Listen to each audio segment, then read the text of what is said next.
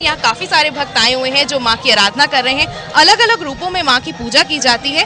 इसके साथ ही व्रत विधि के साथ अगर पूजन किया जाए तो माँ मनोवांछित फल देती हैं, माँ प्रसन्न होती हैं। जानते हैं क्या सही तरीका है पूजा करने का और इसके साथ ही ये भी जानेंगे किस तरह की विधि विधान के साथ पूजा की जाती है। चलिए बात करते हैं भक्तों से। घट स्थापना को लेकर जानना चाहेंगे, शुरुआत कैसे की जाती है? घट स्थापना करी जाती है, जवारे बोए जाते हैं और जोत जलाई जाती है 9 दिन।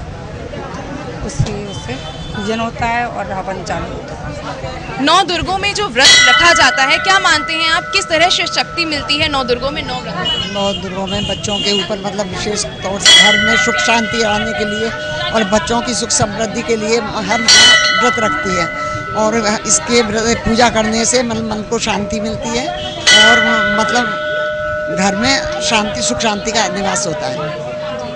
आपसे बात करें, अगर हम 9 दुर्गे चल रहे हैं, चैत्र नवरात्र शुरू हो गए हैं, माँ को किस प्रकार प्रसन्न किया जाए?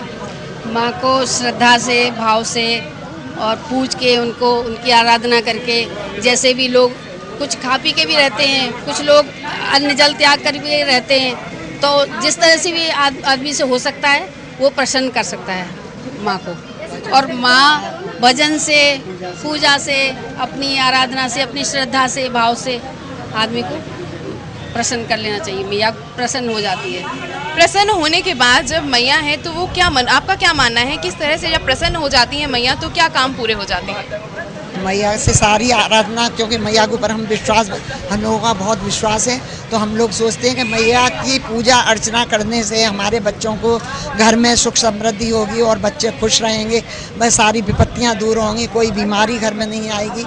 इस तरह से हम लोग मैया की दिल से आराधना करते हैं, जिसका प्रतिफल हम लोगों को मिलता है और मन में शांति मिलती है। 9 दुर्गे शुरू हो गए हैं, आप क्या कहना चाहेंगे? युवा पीढ़ी के लिए क्या संदेश है? युवा पीढ़ी आज हम सब ने फास्ट रखा है, अपनी माता को यहाँ पे आरती और पूजा अर्चना करके प्रसन्न कर रहे हैं ताकि वो हमारी सारी मनोकामनाएं पूरी करें। और आज हिंदू वर्ष का हैप्पी न्यू ईयर भी है, तो दोनों ही चीज़ें साथ में, इसलिए बहुत खुशी का पर्व है। महिलाओं में व्रत पूजन को लेकर के खास महत्व माना जाता है, तो महिलाओं के बारे में क्या कहेंगे कि आखिर इतना व्रत पूजन के प्रति जो उनकी निष्ठा होती है देवी के प्रति, उसके बारे में बात करना चाहेंगे? वो भी माँ है और हम लोग भी माँ हैं, तो माँ को माँ से ज़्यादा श्रद्धा होनी चाहिए। और माँ फलदायिनी माँ, इसीलिए माँ फलदायिनी होती है, वो सबको ही वर देती है। क्यों कि माँ बच्चे की भी माँ है, हम लोगों की भी माँ है, सारे जग की माँ है, तो इसलिए हम लोगों को श्रद्धा ज़्यादा होती है। माँ ही हमें शक्ति देती है, माँ ही हमें हर चीज़ का भाव देती है, माँ ही हमें पूजा करना सिखाती है और माँ ही हमें वर देती है। उसी की शक्ति से हम लोग इतनी पूजा, आराधना, आरती, पूजा, भजन जो भी करते हैं, उसी की शक्ति से हम सब कुछ करते हैं।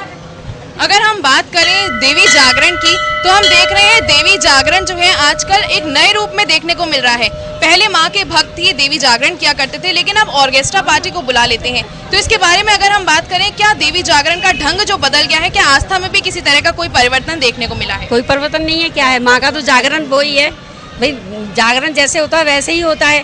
परिवर्तन ये है कि बच्चे सब फिल्मी गानों में ज़्यादा ध्यान देते हैं, माँ के उसमें तो देते नहीं हैं, इसीलिए माँ का जागरण तो हमेशा एक सही रहता है, हमेशा जैसा है वैसा ही रहेगा। 9 दिन शुरू हो चुके हैं नवरात्र के, इसमें आप किस तरह का अनुभव कर रहे हैं, क्या लग रहा है? बहुत अच्छा लगता है, माँ शक्ति देती है। व्रत रखते हैं तो ये लगता है कि लोग कहते हैं कि इससे कमजोरी आएगी, ये होगा, तो ऐसा कुछ नहीं है। अपने आप माता शक्ति देती है कि कैसे व्रत पूरा हो जाता है पता ही नहीं चलते हैं। बस यही कहना होता है कि जो जिसकी इच्छा होती है, अगर सच्चे मन से कोई भी व्रत रखता है तो उसकी सब इच्छाएं पूरी हो जाती हैं। कि देश भर में आज नवरात्रि की धूम मची हुई है, अलग अलग मंदिरों को सजाया जा रहा है, माँ के भक्त माँ की पूजा अर्चना में जुड़े हुए हैं, घर में माँ की पूजा अर्चना करते हैं, सुबह से लेकर रात तक माँ की पूजा अर्चना की जाती है, आदिशक्ति के 9 रूपों की पूजा अर्चना की जाती है। आइए बात करते हैं पंडित जी से कि किस प्रकार से माँ को मनाया जाए, किस प्रकार से माँ की पूजा अर्चना किया जाए और किस प्रकार से आदिशक्ति माँ दुर्गा के 9 स्वरूपों को प्रसन्न किया जाए। 9 दुर्गे जो शुरू हो चुके हैं, आप इसके बारे में क्या बताना चाहिए?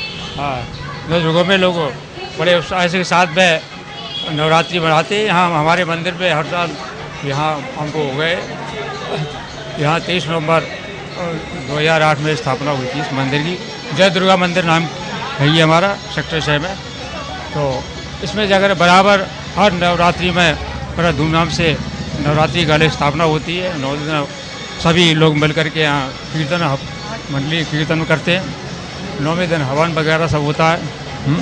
और जा कर के बड़े सब लोग मिल कर के माँ देवी एक शक्ति रूप है, उनको सभी रूप में उनको मैया को किस प्रकार प्रसन्न किया जाए?